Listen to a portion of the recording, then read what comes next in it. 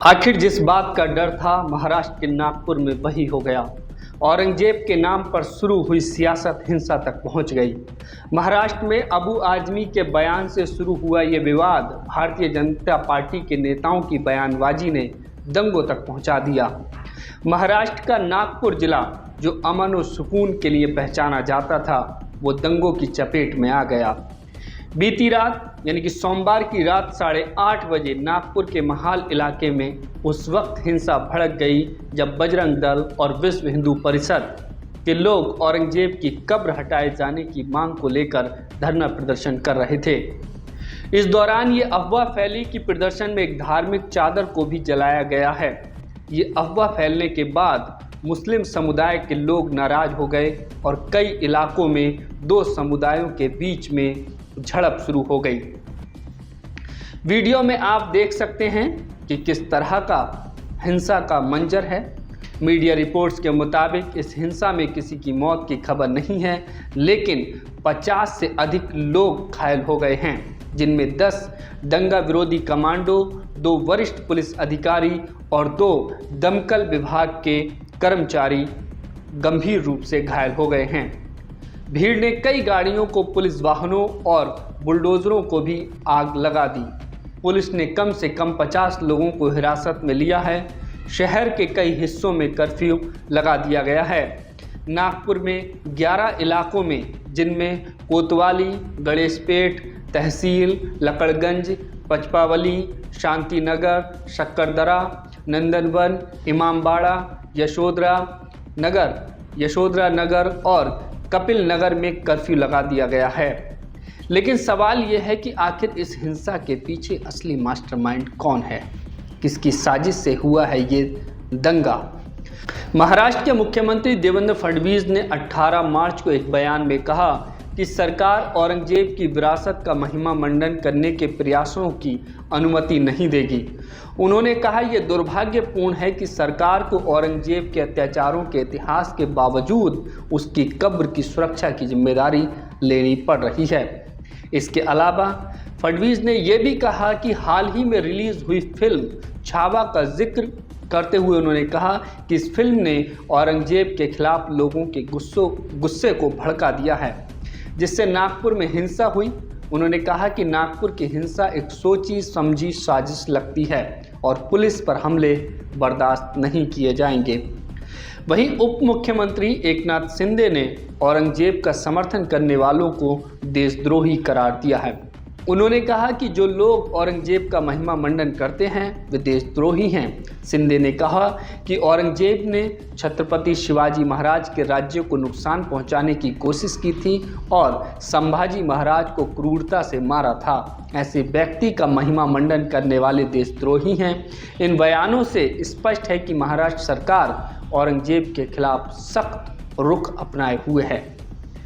वहीं नागपुर हिंसा को लेकर के AIMIM के चीफ असदुद्दीन ओवैसी ने कहा कि पिछले कुछ हफ्तों में महाराष्ट्र सरकार के CM और दूसरे मंत्री जो बयान दे रहे हैं उसे देखने की ज़रूरत है।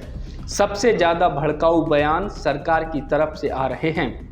उन्हें अपनी जिम्मेदारी का एहसास ही नहीं है कि वह मंत्री हैं। उन्होंने पूरे महाराष्ट्र में खास बादशाह के पुतले जलवाए, कोई प्रतिक्रिया नहीं हुई और उन्हें ये पसंद नहीं आया, इसलिए उन्होंने कपड़े पर कुरान की आयतें लिखी और उसे जला दिया। जब ये हो रहा था तब हिंदू और मुसलमानों ने DSP से शिकायत की, उन्होंने कोई कार्रवाई नहीं की। उसके बाद हिंसा हुई और ये सरकार इंटेलिजेंस की विफलता है।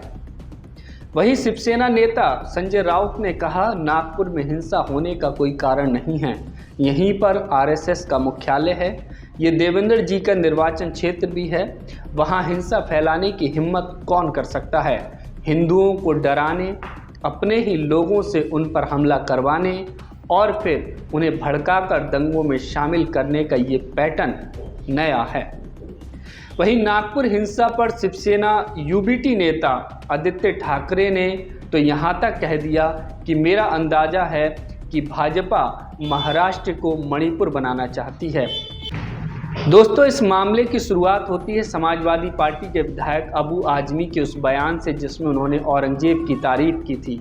लेकिन इसके बाद उन पर एफआईआर दर्ज की गई, उनके खिलाफ कार्रवाई की गई, यहाँ तक कि उन्हें विधानसभा के बजट सत्र से भी निलंबित कर दिया गया। मामला तभी शांत हो जाना चाहिए था, लेकिन खून के प्यासे सियासत वालों के लिए सिर्फ इतना काफ़ी नहीं था।